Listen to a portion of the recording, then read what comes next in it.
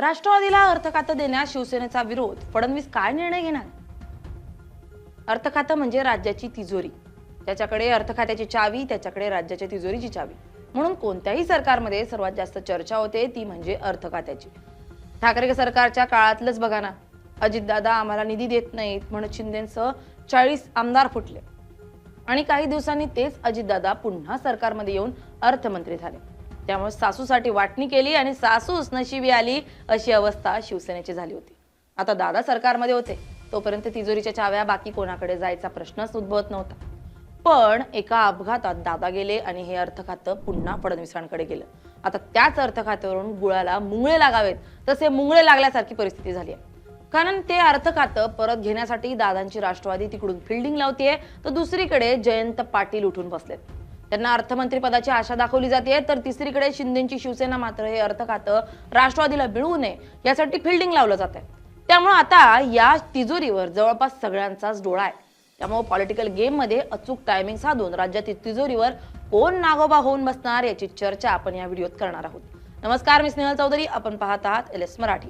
महाराष्ट्राच्या राजकीय पटलावर सध्या सत्ताधारी महायुतीमध्ये अंतर्गत संघर्षाची एक नवी ठिणगी पडली असून राष्ट्रवादी काँग्रेसला अर्थ खातं देण्यावरून शिवसेना आणि राष्ट्रवादी काँग्रेस यांच्यात तीव्र मतभेद समोर आले. अजित पवार यांच्या राजकीय प्रवासातील अनपेक्षित वळणानंतर राज्यातील राजकीय समीकरण पूर्णपणे बदलली असून सत्तेच्या केंद्रस्थानी असलेल्या अर्थ खात्यावर ताबा मिळवण्यासाठी महायुतीमधील घटक पक्षांमध्ये जोरदार रस्सीखेच सुरू झाली आहे.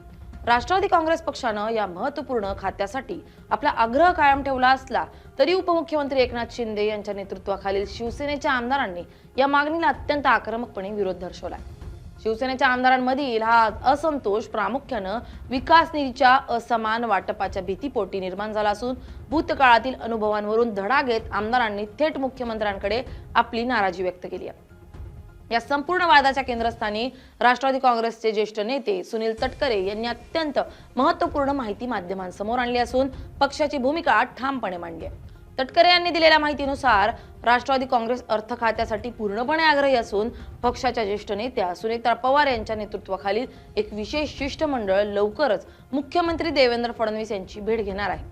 या भेटीदरम्यान राष्ट्रवादी काँग्रेस आपली बाजू अधिकृतपणे मांडणार असून अर्थ खातं पक्षाकडेच राहावं यासाठी कायदेशीर आणि राजकीय तर्क समोर ठेवले जाणार आहेत. सुनील तटकरे यांनी महायुतीमधील सलोखा टिकवून ठेवण्याचा प्रयत्न करताना असंही विधान केलंय की उपमुख्यमंत्री एकनाथ शिंदे हे अत्यंत समंजस नेते असून एखाद्या मित्र पक्षाला एखादी विशिष्ट गोष्ट किंवा खाते मिळू नये अशी नकारात्मक भूमिका ते कधीही घेणार नाहीत.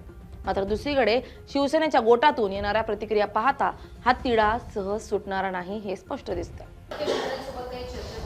मुख्यमंत्र्यांच्या बरोबरती एकत्रितपणाने बहिणींच्या नेतृत्वाखाली आम्ही भेटणार आहोत. अनेक बाबींच्या वरती मुख्यमंत्र्यांच्या जो आम्हाला चर्चा करायची आहे त्या अनेक विषयांच्या मध्ये अनेक बाबींमध्ये अर्थ विभाग हा सुद्धा त्याच्यामध्ये आहे.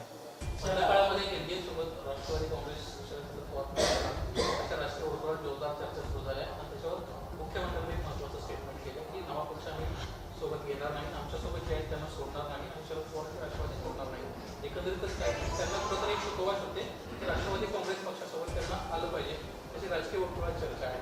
जर असं होत असेल तर आपला मुख्यमंत्री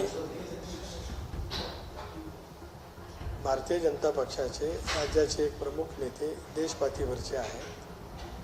त्याने जी भूमिका स्पष्ट केली ती NDAच्या वतीने भारतीय जनता पक्षाची म्हणूनच स्पष्ट त्या ठिकाणी केलेली आहे.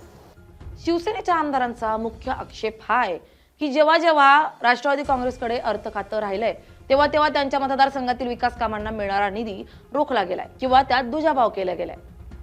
महाविकास आघाडी सरकारच्या काळातील अनुभवांचा हवाला देत शिंदे गटातील आमदारांनी उघडपणे असा सूर लावलाय की जर अर्थ खातं पुन्हा एकदा राष्ट्रवादीच्या ताब्यात गेलं तर शिवसेनेच्या आमदारांना आपल्या मतदारसंघात जनतेला दिलेली आश्वासनं पूर्ण करणं कठीण होईल. निधी अभावी विकास कामं ठप्प पडल्यास आगामी निवडणुकांमध्ये त्याचा थेट फटका पक्षाला बसेल अशी भीती आमदारांनी व्यक्त केली आहे. याच कारणामुळे उपमुख्यमंत्री एकनाथ शिंदे यांच्यावर आमदारांकडून प्रचंड दबाव आणला जात असून कोणत्याही परिस्थितीत अर्थ खातं शिवसेनेकडेच राहावं किंवा किमान राष्ट्रवादीकडे जाऊ नये अशी रणनीती आखली जाते. या अंतर्गत धुसफुशीच्या काळातच राज्याच्या राजकारणात पडद्यामागे अत्यंत वेगानं आणि गुप्तपणे अनेक मोठ्या घडामोडी घडत असल्याचं समोर आलंय. विरोधी पक्षातील शरद पवार गटाचे अत्यंत महत्त्वाचे नेते जयंत पाटील आणि जितेंद्र आव्हाड यांनी गुरुवारी रात्री अचानक उपमुख्यमंत्री एकनाथ शिंदे यांची गुप्त भेट घेतल्यानं राजकीय वर्तुळात खळबळ उडाली. या भेटीचा मुख्य उद्देश काय होता याबाबत अधिकृतपणे कोणतीही माहिती बाहेर आली नसली तरी महायुतीमधील या अंतर्गत वादाचा फायदा उठवण्यासाठी किंवा नवीन राजकीय समीकरणांची चाचपणी करण्यासाठी ही भेट झाल्याची चर्चा आहे. धक्कादायक बाब म्हणजे या भेटीच्या अवघ्या 2 दिवस आधी जयंत पाटील यांनी मुख्यमंत्री देवेंद्र फडणवीस यांचीही वर्षा बंगल्यावर जाऊन भेट घेतली होती. विशेष म्हणजे फडणवीस आणि जयंत पाटील यांच्यात झालेल्या या अत्यंत संवेदनशील बैठकीला अजित पवार गटाचे सुनील तटकरे आणि प्रफुल्ल पटेल हे दोन्ही बडे नेते उपस्थित होते. सत्ताधारी आणि विरोधी पक्षातील नेत्यांच्या या संयुक्त बैठकांमुळे राजकीय विश्लेषकही चक्रावून गेलेत. महाराष्ट्रात पुन्हा एकदा मोठा राजकीय भूकंप तर होणार नाही ना, अशी शंका उपस्थित केली जाते. सुनील तटकरे यांनी या बदलत्या परिस्थितीवर भाष्य करताना अत्यंत सूचक उद्गार काढलेत की दादांच्या निधनानं राज्यातील संपूर्ण राजकीय समीकरण पूर्णपणे बदलून गेली आहेत. या विधानामुळे राज्याच्या राजकारणातील अस्थिरता आणि नेत्यांमधील अस्वस्थता स्पष्टपणे अधोरेखित होतीये. आगामी निवडणुका डोळ्यांसमोर ठेवून प्रत्येक पक्ष स्वतःचं स्थान मजबूत करण्याचा आटोकाट प्रयत्न करत आहे. शिवसेनेचे आमदार आपल्या अस्तित्वासाठी आणि निधीसाठी आक्रमक झालेत, तर राष्ट्रवादी काँग्रेस आपली राजकीय पकड सैल होऊ नये म्हणून कोणत्याही परिस्थितीत अर्थखातं सोडण्यास तयार नाहीये. भाजप या संपूर्ण वादात मध्यस्थाची भूमिका बजावण्याचा प्रयत्न करत असला तरी देवेंद्र फडणवीस यांच्यावरही दोन्ही बाजू सांभाळताना मोठी कसरत करावी लागते. येत्या काही दिवसात सुनेत्रा पवार यांच्या नेतृत्वाखालील शिष्टमंडळाची मुख्यमंत्र्यांसोबत होणारी बैठक अत्यंत निर्णायक ठरणार आहे. या बैठकीत मुख्यमंत्री फडणवीस आमदारांच्या नाराजीचा दाखला देत राष्ट्रवादीला इतर कोणत्या खात्यांवर तडजोड करण्यास भाग पाडतात की राष्ट्रवादी आपल्या भूमिकेवर ठाम राहून अर्थखातं पदरात पाडून घेतं यावर महायुतीचं भवितव्य अवलंबून असणार आहे. याच वेळी जयंत पाटील बैठकांमुळे सत्ताधारी गोटात संशयाचं वातावरण निर्माण झालं असून ही राजकीय लढाई आता केवळ खातेवाटपापुरती मर्यादित राहिलेली नसून राज्याच्या सत्तेवरील वर्चस्वाची लढाई बनली आहे. Bureau report LS Marathi.